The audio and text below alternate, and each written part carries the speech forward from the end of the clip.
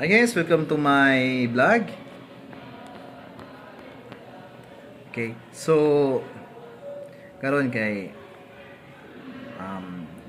kuha naman ka ng mag-finals naman sa law school. Akong mag-study na punta. Okay, let's study. Okay. So first na to nga istudyuhan guys kay all the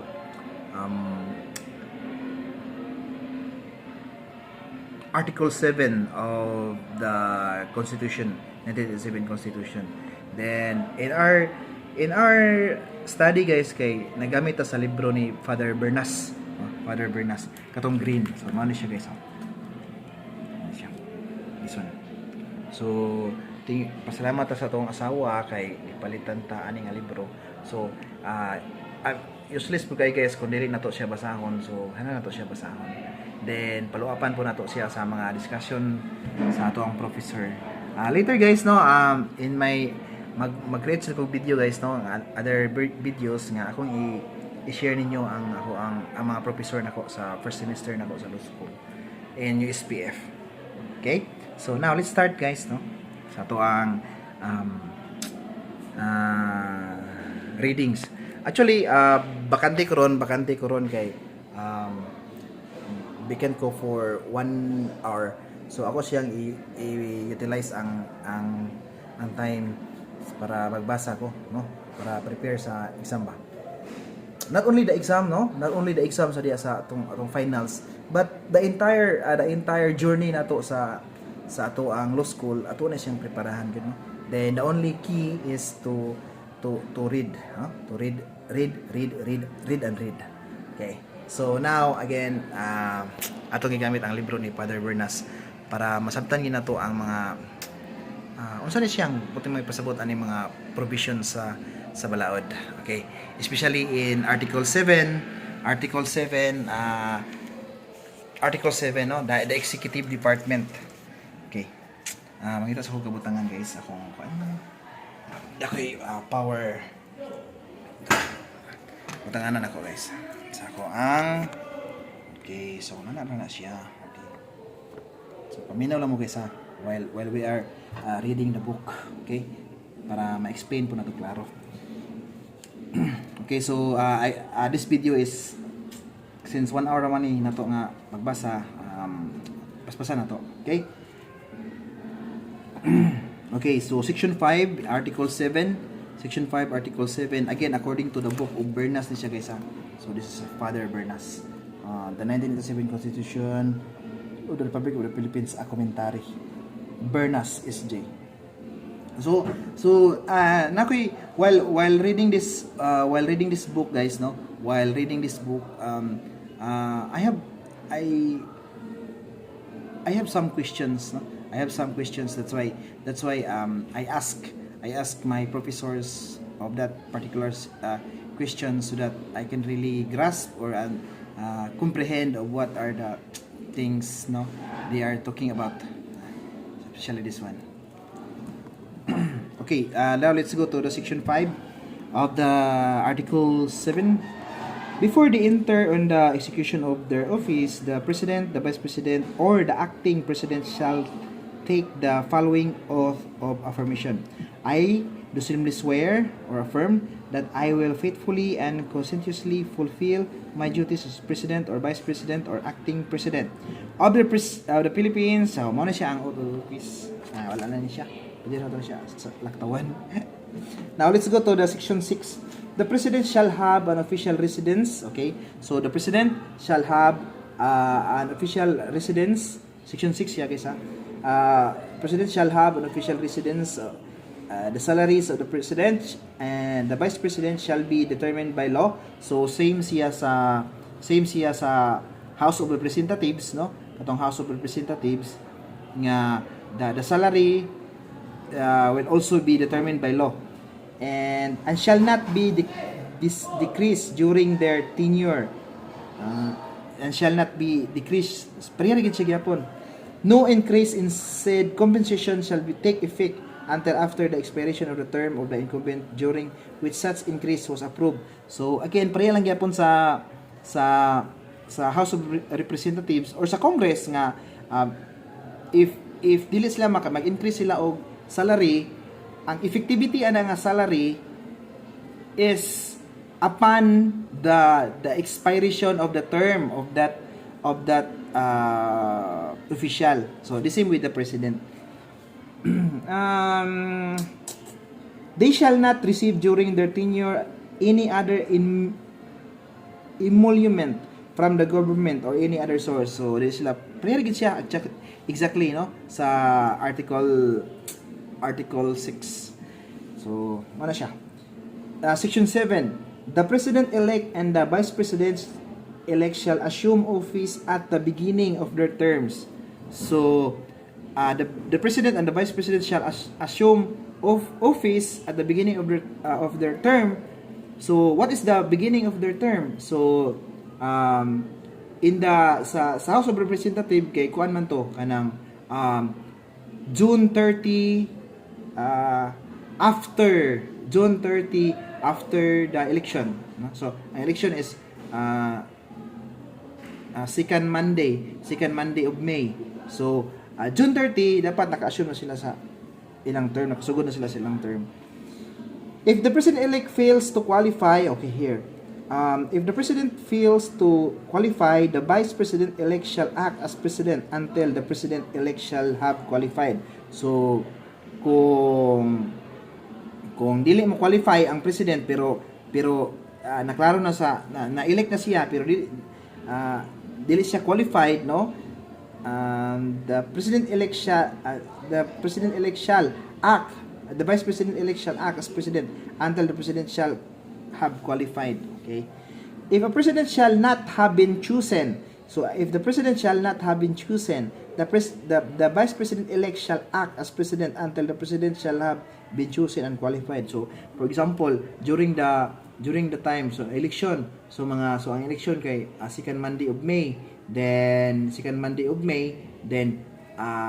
kung kana siyang presidente kay dumadaog, then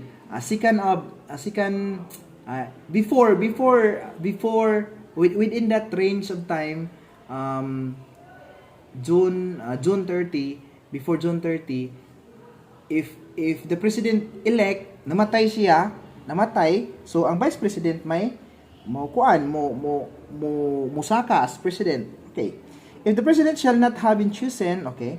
So if the president shall not have been chosen, the vice president-elect shall act as president until the president shall have been chosen. So kung wala mapili, kung wala pa ma-declare, so naay problema no dito sa presidential tribunal. Presidential Tribunal. Kung may problema dito sa canvassing in the Congress, wala pa na sa ka-elect sa president, pero naka-elect na ang vice president, na proclaim na ang vice president. So the vice president, the vice president, ako ra niya kanang the vice president shall take charge or be will operate the office of the president while there is no proclamation of the president. Okay. At the beginning of the term of the president, the president-elect shall have died or okay, so muna ni siya guys, no? At the beginning of the term of the president, so nagsugod na, so after June 30 na ni, the president-elect shall have died or shall have become permanently disabled, the vice president-elect shall become president. So kung ma-disabled siya, permanently disabled, kung nakuan ba kanang nasa stroke, so the vice president-elect shall become president. Where no president and vice president shall have been chosen or shall have qualified, where no president and vice president shall have been chosen or shall have qualified, or where both shall have died or become permanently disabled. So kung anduha kung malas gyud kayo ang president o vice president nangamatay, no, kay na-crash silang helicopter gisakyan, or tungod sa election kay stress kay sila, din mga high blood na silang duha, then na stroke no, permanently disabled, the president of the Senate, no, the president of the Senate, or in case of his inability, kung ang president of the Senate, or kung ang pwede ang president of the Senate ang kuaon, no, kung ma-disable or mamatay ang president elect o vice president elect, no, In case of inability, kung dili pud able ang Senate of the President, Senate President, the Speaker of the House of Representatives shall act as the President until the President or Vice shall act, no? Shall act as President or Vice President.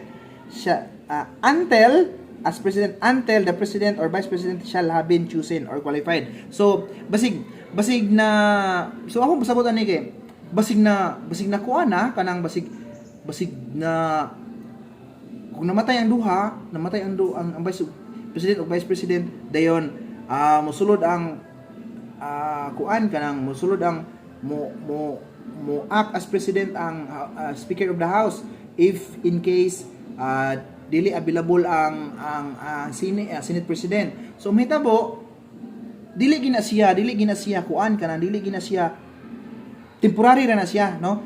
Still there's we will or there will be a conduct of election for President and Vice President, no? When there is when the Vice President and President and Vice President is elected, so and assume office, so ang Speaker of the House will go back to the previous position. Okay, the Congress shall by law provide for the manner in which one who is to act as President shall be selected until the President. So, okay, so the President House shall act as President until the President and the Vice President shall have chosen the qualified and qualified. So mura na siya kuan guys, no? Mura na siya succession. The Congress shall by law provide for the manner in which one who is to act as President shall be selected until the President or a Vice President shall have qualified in case of death, permanent disability, or inability of the officials mentioned in the next preceding chapter, paragraph. So, kung wala gini silang tulo, wala gini silang upat, no? So, the Congress, by law, provide the manner of which one who is to act as President. So, mapili ang Congress kinsay mo act as President. Okay, secure? So, Section 8, in case of death, permanent disability, removal from office, or resignation of the President, the Vice President shall become the President to serve the unexpired term. So, puli gid siya, no? So, careful gid ang dili gini siya magpuloy-luya ang presidente nato. Dapat gini siya strong siya, no? Guilty, no? Kay yahay kayo ang Vice President. In case of death, permanent disability, removal from office, or resignation of both the Vice President and the Vice President, the President of the Senate, or in case of his inability, the Speaker of the House of Representatives shall then act as President until the President or Vice President shall have been elected and qualified. That's a succession. Yeah. Senate, then Speaker of the House. The Congress shall by law provide who shall serve as President in case of death, permanent disability, or resignation of the acting President. He shall serve until the President or the Vice President shall have been elected and qualified and be subject to the same restrictions to the powers of qualification of the acting President. So, diyan na sa tagutob guys, no? Diyan na sa tagutob kay time na is already 11:10. So, ato sa magklase sa ta dito. So akong klase day guys kay Media and Information Literacy. So connected kay siya sa law, no? Magamit kay siya sa law kay ano man mao gina siya. No, gamit kay siya kay I'm talking about information, no? We are in this subject in Media and Information Literacy, we are dealing with information. We are studying information. Then information and our law in the land used in the Philippines is